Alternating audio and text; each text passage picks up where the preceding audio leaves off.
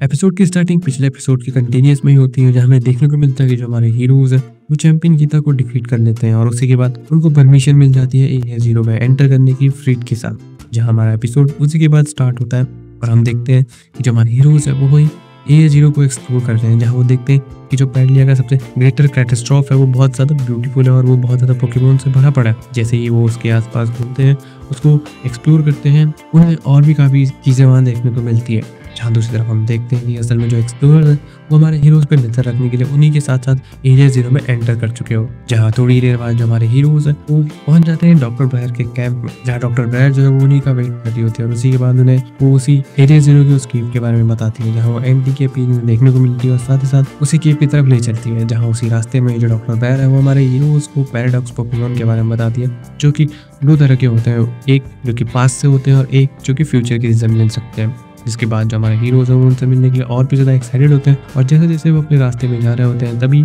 जो है उसको एक स्ट्रेंज पोकेमोन देखने को मिलता है, जो कि असल में मैग्नेमाइट जैसा ही लगता है, बट असल में उसका एक पैराडॉक्स पोकेमोन सैंडी शॉक जो उसका नाम होता है वो होता है, जो कि अचानक से रॉय पे अटैक कर देता है और रॉय को वहाँ से भागना पड़ता है और वो जो पैराडॉक्स पोकेमोन है वो भी उसका पीछा करता है। दूसरी तरफ जो एक्सप्लोरर्स में कोरल होती है वो भी इसको काफी फन मान के वो भी रॉय का पीछा करती है, बट जैसे जैसे वो रॉय का पीछा करती है तभी उसकी मुलाकात भी एक और paradox Pokemon scream tell G की विगलीपफ की एक एशियन पोकेमोन फॉर्म थी उससे मिलती है। जिसके बाद उन दोनों के बीच पहले ही आर्ग्यूमेंट स्टार्ट हो जाता है और कोई दूसरे बैटल करने जा ही रहे होते हैं कि तभी जो कोरल है वो मिलती है एक और नए पोकेमोन से, जो कि होता है पैराडॉक्स ग्रेटस, जो कि डॉनफैन का पैराडॉक्स फॉर्म होता है और वो भी एक एशियन पोकेमोन होता है। तो वो कोरल और जो पैराडॉक्स जिगलीपफ होती है उन पर अटैक करना स्टार्ट कर देता है और इसी पे जो कोरल और जिगलीपफ होते हैं वो साथ मिलकर उससे बैटल करते हैं। दूसरी तरफ जो रॉय होता है वो भी उस पैराडॉक्स मैग्नेमाइट जिसका नाम होता है सैंडी शॉक उससे बैटल करता है, बट स्टार्टिंग में वो बैटल वन साइड होती है क्योंकि जो पैराडॉक्स होता है वो बहुत ज्यादा पावरफुल होता है, बट इसी तरीके से जो रॉय है वो अपने टू क्लाउड की मदद से उसको हरा ही देता है। जिसके बाद उसके लिए तो वो बैटल बहुत ज्यादा फन थी, तो वो उसी पैराडॉक्स पोकेमोन को बाय करके वहां से दोबारा अपने रास्ते पे निकल जाता है और वो जो पैराडॉक्स पोकेमोन है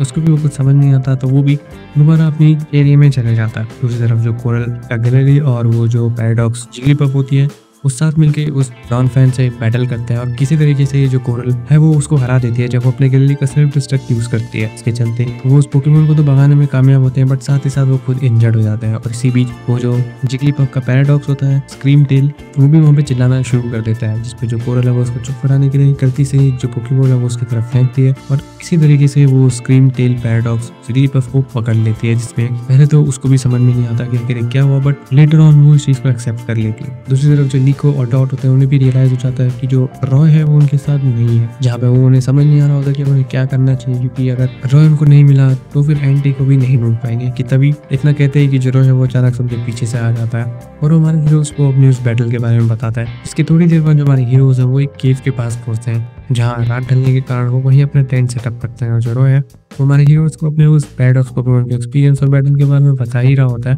कि जो फ्रीड है वो उसको अगली बार से इस चीज़ पे केयरफुल रहने के लिए कहता है कि उसको नहीं पता कि जो पैराडॉक्स पोकेमोन है वो आखिर कितने ज़्यादा पावरफुल और कितने ज़्यादा डेंजरस। तो उसी पे जो रॉय है वो इसका एक्सेप्ट करता है और वहीं जो डॉक्टर ब्रायर है वो भी उन्हें कहती है कि उन्हें अभी भी जो सारी स्ट्रेंथ है वो बचा के रखनी चाहिए, क्योंकि कल उस गेम में एंटर करने वाले हैं जहाँ उन्हें एंटी की जो अपीयरेंस है वो देखने को मिली थी। जिसके बाद ही जो हमारा एपिसोड है वो इतने में ही खत्म हो जाता है।